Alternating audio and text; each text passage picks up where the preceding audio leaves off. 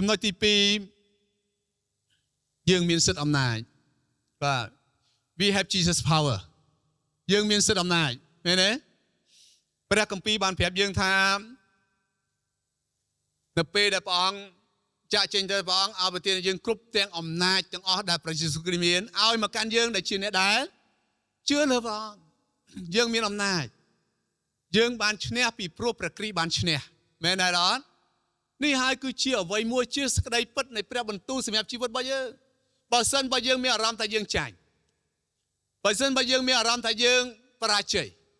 បើសិនបើយើងមានអារម្មណ៍បែបនោះព្រះអង្គដែលជាព្រះអង្គមានអំណាចព្រះអង្គមានសិទ្ធិព្រះអង្គឲ្យយើងមានជ័យជំនះព្រះអង្គឲ្យជីវិតមួយដែលជោគជ័យនៅក្នុងជីវិតរបស់យើងនៅក្នុងព្រះគម្ពីរម៉ាកុសជំពូក4បានចែងថាអញ្ចឹងខ្ញុំនិយាយសាច់រឿង2នៅថ្ងៃនេះនៅល្ងាចដដែលនោះព្រះយេស៊ូវមានព្រះបន្ទូលទៅកាន់ពួកសិស្សថាសំទោសយើងនាំគ្នាឆ្លងទៅត្រើយម្ខាងពួកសិស្សក៏ចាក់ចេញពីបណ្ដាជនហើយអុំទូកដែលមានព្រះយេស៊ូវគង់នៅទីនោះដោយមានទូកឯទៀតទៅជាមួយដែរស្រាប់តែមានខ្យល់ព្យុះបក់បោកមករកយ៉ាងខ្លាំងហើយរលកក៏បោកប៉ះនឹងទូកបណ្ដាឲ្យទូកចូលទឹកចូលស្ទើរតែពេញរីឯព្រះយេស៊ូវវិញព្រះអង្គផ្ទុំលក់នៅលើខ្នើយនៅលើកន្សែងទូកពួកសិស្សដាស់ព្រះយេស៊ូវថាព្រះគ្រូយើងស្លាប់ឥឡូវហើយលោកមិនអើពើទេឬជាសំណួរល្អមែនទេជាសំណួរល្អនៅពេលដែលយើងជួបព្យុះយើងសួរថាព្រះអង្គមិនអើពើទេឬយើងស្លាប់ឥឡូវហើយព្រះអង្គមិនអើពើទេឬទូបង្គំខាត់បងលុយកាក់ច្រើនឥឡូវហើយឃើញទេព្រះអង្គមិនអើពើទេឬទូបង្គំកំពុងតែឈឺចិត្តស្លាប់ហើយឃើញទេពេលខ្លះសំណួរនេះត្រូវបានសួរនៅពេលដែលយើងកំពុងតែជួបបញ្ហាដែលយើងមិនអាចដោះស្រាយបានមែនទេអត់យើងកំពុងតែជួបបញ្ហាយើងត្រូវការជំនួយពីព្រះអង្គប៉ុន្តែព្រះអង្គហាក់បីដូចជាផ្ទុំលក់នៅលើកន្សែងទូកព្រះអង្គនៅមួយទូបង្គំតាប៉ុន្តែព្រះអង្គដូចជាមិនអើពើសំណួរនេះត្រូវបានសួរជារៀងរាល់ដងនៅក្នុងជីវិតរបស់យើងនៅក្នុងជីវិតរបស់ជនជាតិអ៊ីស្រាអែលនៅក្នុងជីវិតដែលយើងជឿលើព្រះយេស៊ូវគ្រីស្ទនៅក្នុងជីវិតរបស់យើងព្រះអង្គផ្ទុំនៅទីនោះប៉ុន្តែព្រះអង្គមិនអើពើនៅក្នុងជីវិតរបស់យើងនៅក្នុងខបន្ទាប់ព្រះយេស៊ូវតើឡើងមានព្រះបន្ទូលគំរាមព្យុះនិងបញ្ជាសមុទ្រថាស្ងប់ស្ងៀមទៅពេលនោះខ្យល់ព្យុះក៏ស្ងប់ហើយផ្ទៃទឹកក៏រាបស្មើភាសាលេហៅថា he got up rebuked the wind and said to the wave quiet be still then the wind died down and it was completely calm មានន័យថាម៉េចព្រះអង្គបញ្ជាព្រះអង្គ rebuke ព្រះអង្គបញ្ជារាល់ទាំងព្យុះរាល់ទាំងរលកដែលកំពុងតែកើតឡើងនៅក្នុងជីវិតរបស់សាវករបស់ព្រះអង្គក្រោកឡើងមិនមែនទៅសូមព្យុះឲ្យស្ងប់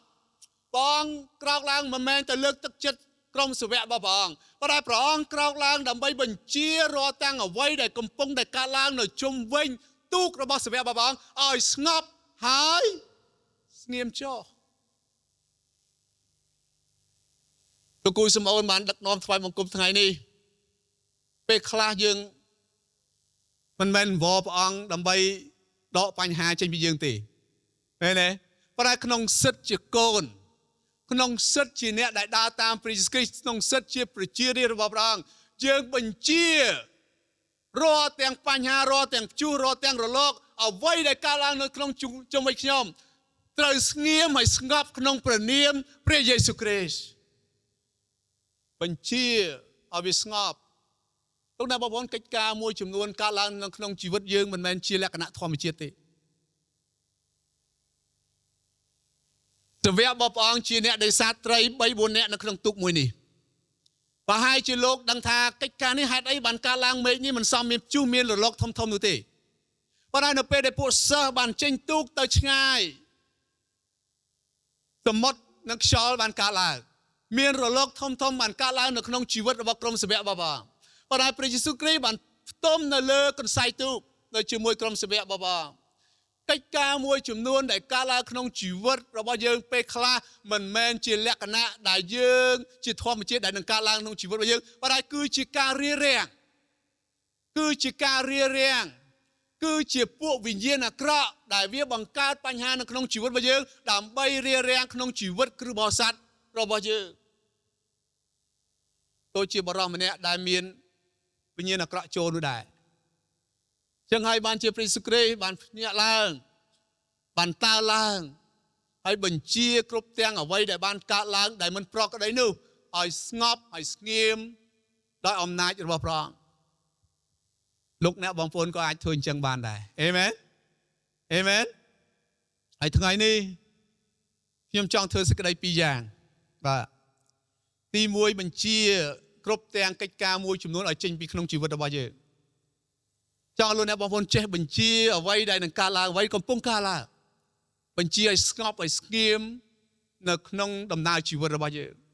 ចំណុចទី2ដែលយើងធ្វើរួមគ្នានៅព្រឹកនេះប្រកាសអំពីព្រះបន្ទូលបង្កើតពីព្រះពររបស់ព្រះអង្គពីព្រោះជាបំណងប្រហាតីរបស់ព្រះនៅសម្រាប់ជីវិតរបស់យើងអេមែនសូមលោកអ្នកបានក្រោកឈរឡើងនៅថ្ងៃនេះក្រុមថ្វាយបង្គំបានមកខាងលើថ្ងៃនេះជាព្រះបន្ទូលដែលខ្លីអត់ដែលឃើញគូយ៉ាអធិប្បាយខ្លីយល់ទេអត់ខ្លីថ្ងៃនេះខ្ញុំគិតថានឹងខ្លឹមហើយនឹងទទួលបានសម្រាប់លោកអ្នកបងប្អូនទាំងអស់គ្នានៅព្រឹកនេះ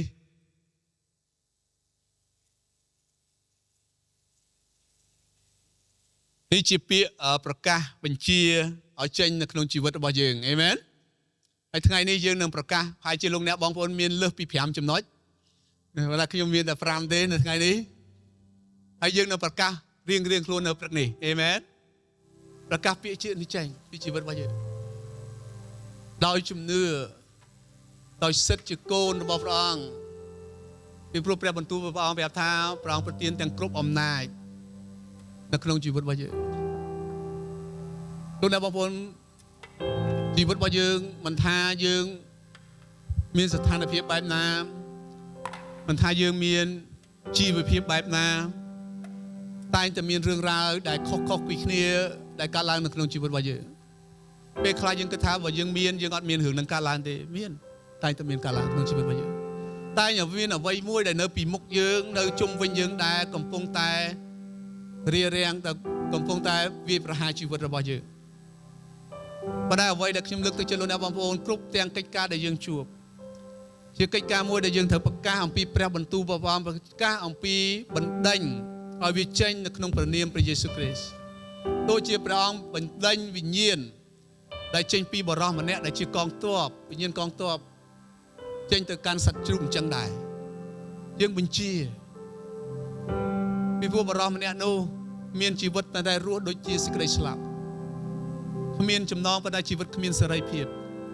ចង់ធ្វើល្អប៉ុន្តែបែរជាបំផ្លាញខ្លួនឯងនៅក្នុងជីវិតពេលខ្លះយើងឆ្ងល់ហេតុអីបានជាខ្ញុំចេះតែធ្វើអញ្ចឹងពីព្រោះមានអ្វីមួយយ៉ាងដែលមិនប្រក្រតីមានអ្វីម្ដងដែលជាវិញ្ញាណបានដឹកនាំបានធ្វើបានរារាំងនៅក្នុងជីវិតរបស់យើងទាំងអារម្មណ៍របស់យើងទាំងការគិតរបស់យើងទាំងការសម្រេចចិត្តផ្សេងនៅក្នុងជីវិតរបស់យើង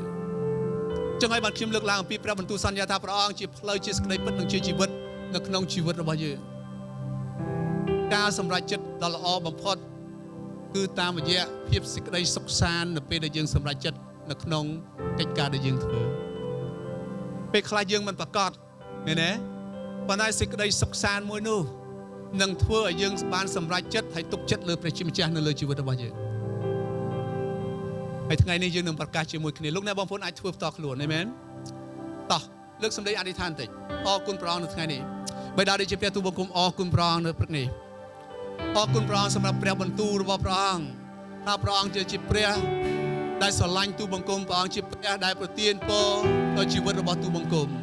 ព្រះអង្គចង់ឲ្យជីវិតរបស់ទូលបង្គំមានសេរីភាពពីចំណង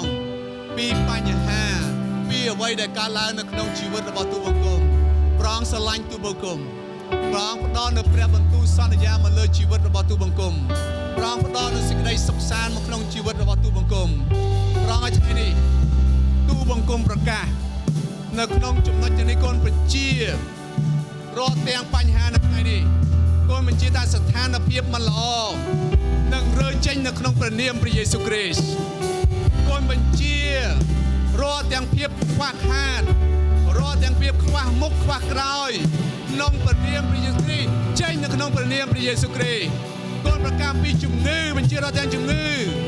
ចេញពីរូបកាយទូបង្គំនៅក្នុងព្រះនាមព្រះយេស៊ូវគ្រីស្ទគុណបញ្ជាភាពបាក់ទឹកចិត្តភាពអស់សង្ឃឹមចេញនៅក្នុងព្រះនាមព្រះយេស៊ូវគ្រីស្ទគុណបញ្ជាភាពអស់កម្លាំងភាពទន់ខ្សោយចេញនៅក្នុងព្រះនាមព្រះយេស៊ូវគ្រីស្ទហាឡេលូយ៉ាហាឡេលូយ៉ាគុណបញ្ជាគ្រប់ទាំងចំណុចទាំង5នេះត្រូវបានចេញនៅក្នុងព្រះនាមរបស់ព្រះយេស៊ូវគ្រីស្ទហើយថ្ងៃនេះកូនក៏ប្រកាសពីប្រពោរបស់ព្រះនៅលើជីវិតទូបង្គំប្រកាសពីប្រពោថាទូបង្គំជាអ្នកដែលមានកម្លាំងរឹងមាំនិងមានសុខភាពល្អក្នុងព្រះនាមព្រះយេស៊ូវគ្រីស្ទទូបង្គំជាអ្នកដែលមានពរដល់បរិបូរណ៍នៅក្នុងព្រះនាមព្រះយេស៊ូវគ្រីស្ទទូបង្គំជាអ្នកដែលមានជ័យជំនះគ្រប់ទាំងសមរភូមិទាំងអស់នៅក្នុងព្រះនាមព្រះយេស៊ូវគ្រីស្ទទូបង្គំជាអ្នកដែលមានសេរីភាពពីគ្រប់ទាំងអំណាចរបស់មារសាតាំងនៅក្នុងព្រះនាមព្រះយេស៊ូវគ្រីស្ទទូបង្គំប្រកាសពីប្រកបគ្រប់ចំនួនទូបង្គំចំនួនក្រោយទូបង្គំនឹងរស់នៅក្នុងសេរីភាពដ៏ពេញបរិបូរណ៍នៅក្នុងព្រះនាមព្រះយេស៊ូវគ្រីស្ទសូមអធិដ្ឋានសរសើរដល់ព្រះអង្គនៅព្រឹកនេះ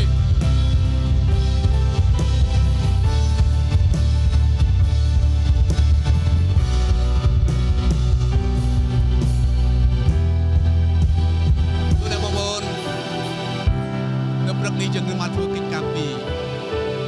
ទី1យើងបង្កាសបញ្ជាគ្រប់ទាំងបញ្ហានៅក្នុងជីវិតរបស់យើង